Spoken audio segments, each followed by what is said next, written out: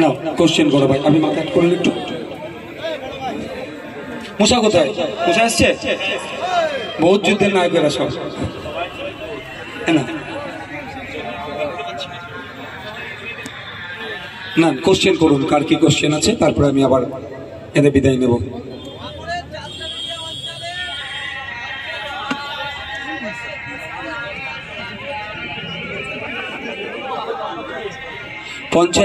পঞ্চায়েতের সদস্যদের যে কাজ দেওয়া দরকার সত্যিকারের অর্থে সেই কাজ আমাদেরকে দিচ্ছে না।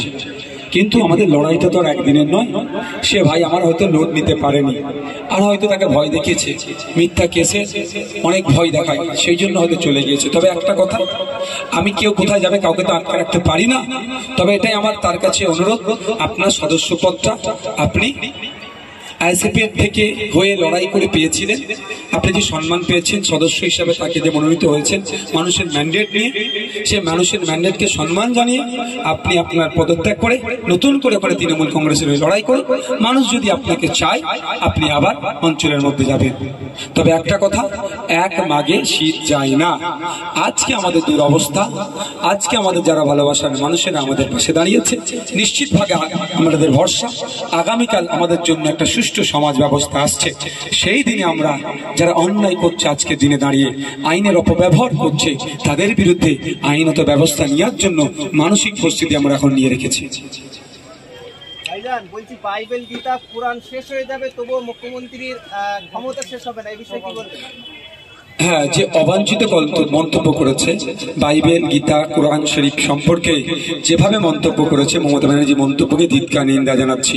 আমি ধর্মপ্রাণ মানুষের কাছে আহ্বান করব, এই মমতা ব্যানার্জিকে বয়কট করুন। যদি আমরা এই মমতা ব্যানার্জিকে বয়কট না করি, ইতিপূর্বে সারদা মায়ের সাথে তার দলের নেতাদেরকে নিয়ে তার তুলনা তো করে দিয়েছিল, মমতার উম্মত বলে বানিয়ে দিয়েছিল, আল্লাহর সাথে তুলনা করে দিয়েছিল। এখনো যদি এদেরকে বয়কট না করি, আমরা ভোটের মাধ্যমে এদেরকে প্রতিহত না করি, আগামী দিনে হয়তো মন্দির মসজিদে ছবি টাঙিয়ে দিয়ে বলবে এর পুজো করে, নামাজ পড়। আমি ধিক্কার নিন্দা জানাচ্ছি মমতা ব্যানার্জিকে, অবিলম্বে তার বক্তব্যের জন্য তাকে ক্ষমা চাইতে হবে। কারণ বাইবেল গীতা কোরআন শরীফ বিভিন্ন ধর্মের মানুষের কাছে তাদের আবেগ, আস্থা, ভালোবাসা, তার উদ্বেগ অন্য কাউকে তারা মানতে পারে না। যেভাবে এই আক্রমণ করেছে, ধর্মকে অবমাননা করেছে, যদি মমতা ব্যানার্জি ক্ষমা না চান, এর জবাব কিন্তু ইন্ডিয়ান সেকুলার ফ্রন্টের পক্ষ থেকে সময়ের সাথে সাথে দেওয়া হবে।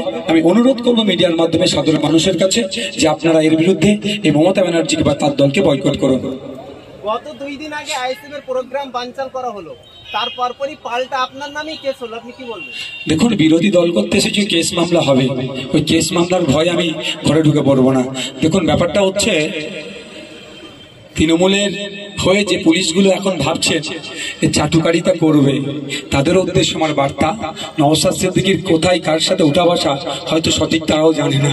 এমন সময় আসবে হয়তো আমে দুধে গড়াগড়ি করবে, এই খাবে, আমে দুধে মিশে যাবে, আটি কি করবে সেটা না হয়ে যায়। অফিসারদের একটু সতর্ক হয়ে চলুন। গণতান্ত্রিক রাষ্ট্রে সবাই যে যার মত পোষণ করতে পারবে, মিথ্যা কারণ আমি কেস ছাপিয়ে দেবেন না। কেস হচ্ছে জামিন হতে পারে, জেল হতে পারে, জরিমানা হতে পারে, কিন্তু ওই দিনকেও অফিসারদের পক্ষ থেকে যে আচরণ পেয়েছি সেটাও কিন্তু আমি মিডিয়ার মাধ্যমে বলবো না। এত দুর্ভাগ্যজনক, এত অশালীন মন্তব্য ছিল, যেটা হয়তো মিডিয়ার মাধ্যমে বললে হয়তো বড় কোনো খারাপ ঘটনা ঘটে যেতে পারে। আমি একজন দায়িত্বশীল জনপ্রতিনিধি হিসাবে আমি সেটা সরাসরি বলছি না, কিন্তু আমরাও ব্যবস্থা গ্রহণের জন্য সর্বোচ্চ স্তরে যাব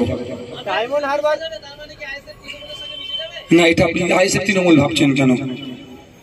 যে সিস্টেমটা চলছে, অপসিস্টেমটা হচ্ছে আপনি আঁটি ধরুন, আর সিস্টেম নওশাদরা তৈরি করবে, সামনে যে ভালো সিস্টেমটা আছে তাকে নিয়ে, এটা ভাবুন না। আপনি তৃণমূল ভাবছেন কেন? অন্য বন্ধু তো আবার বিজেপি ভেবে দিতে পারে, সিপিএমও ভাববে কেন, কংগ্রেস ভাববে কেন? সিস্টেমের সাথে সিস্টেম, কলে কল দেওয়া হবে। আর আঁটিটা যেটা অপসিস্টেম, অপসংস্কৃতি যারা ঢুকাতে চাইছে, অন্যায় যারা করছে তাদেরকে গড়াগড়ি করবে। ডায়মন্ড হারবার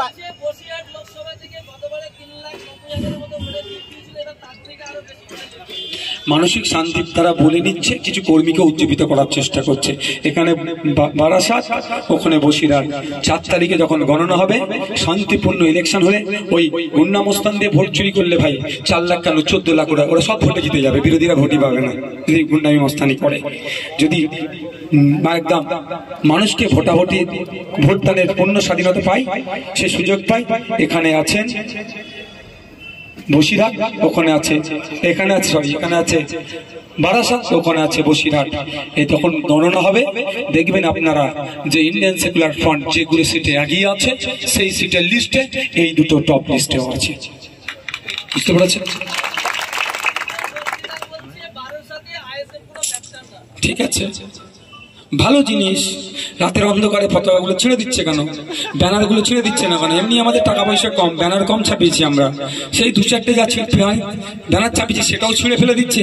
একটা পতাকা 10-12-15 টাকার দাম, ও বেশি টাকা নেই যে ঘন ঘন লাগাবো, 500 মিটার দূরে দূরে করে লাগিয়েছি গাছে টাছে, সেইগুলোও খুলে ফেলে দিচ্ছে। আইএসএফ না থাকলে ওই ব্যানারগুলো কেউ খুলে, পতাকাগুলো খুলে ফেলে দেয়?